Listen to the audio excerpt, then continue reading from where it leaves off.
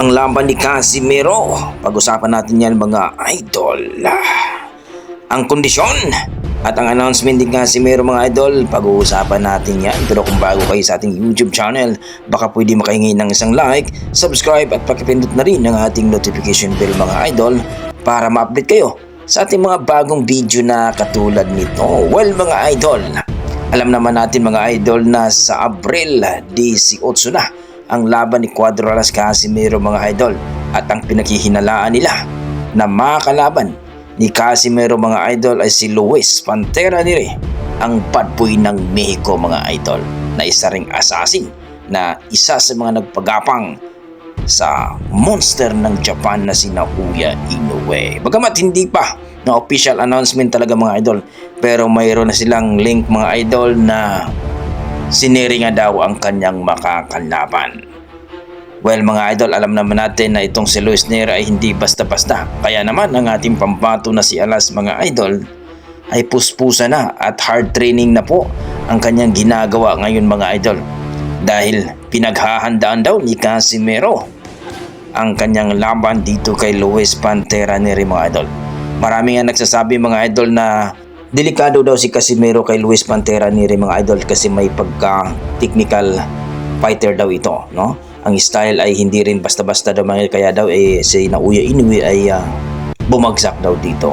Kaya marami nagsasabi mga idol na galingan talaga ni Casimero at hindi daw paabutin sa hurado ang kanilang laban. Kumbaga, sa mga 3 to 4 rounds mga idol ay maganda kung matikiyon na daw ni Casimero itong si Luis Neri. Pero hindi yan madali mga idol sapagkat itong si Luis Neri mautak din, no? Umabot nga ito ng 2 Division World Champion at nagpagapang sa isang monster ng Japan na si Naoya Inoue. Pero talagang solid ang ating mga boxing fans kay Casimero mga idol. Kung sasabay daw itong si Luis Neri kay Casimero, sigurado daw talaga baka isang round lang ito ni Casimero mga idol.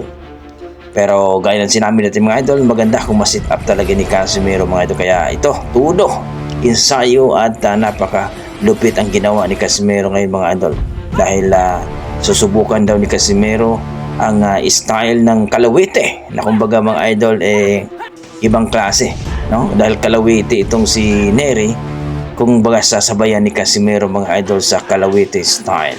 So napakagandang laban ito mga idol, at ayon sa ating mga boxing fans at post ni Kuya Lods o Cuadro Alas my boy na sa March 10 daw ang announcement no, kung sino daw talaga ang mga kalaban ni Casimero mga idol. So March 6 tayo ngayon, so 4 days na lang mga idol ay malalaman na natin kung sino nga ba ang kanyang makakalaban. Sa kabilang banda mga idol, si Luis Neri din ay talagang naghahanda na rin mga idol.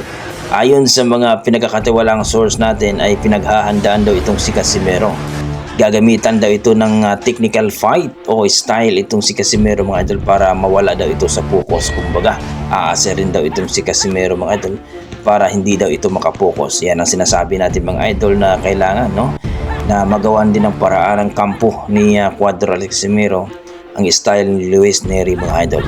Pero gaya ang sinabi natin mga idol, ang style ni Luis Neri ay medyo may pagka-technical fighter ito at medyo nakipagsabayan din ito mga idol. Kaya matibay ito mga idol. Marami nagsasabi na basta maganda daw ang kondisyon ni Casimero ay sigurado daw talaga na mananalo ang ating pambato. Pero ngayon mga idol, kitang-kita po natin ang katawan ni Casimero at ang kanyang mga suntok na talagang pinaghahandaan na ni Casimero ang laban dito kay Luis Neri, kung matuloy man ito mga idol, at kung siya na nga ba ang makakalaban ni Casimero mga idol. So abangan natin sa March 10 mga idol. Yan po ang official announcement kung sino nga ba ang makakalaban ni Casimero. Umaasa ang ating mga boxing fans na si Luis Neri na nga ang makakalaban niya. So kayo mga idol, masasabi nyo dito sa announcement ni Casimero mga idol at sa kanyang training? Please comment down below mga idol para ating pag-usapan. Maraming salamat.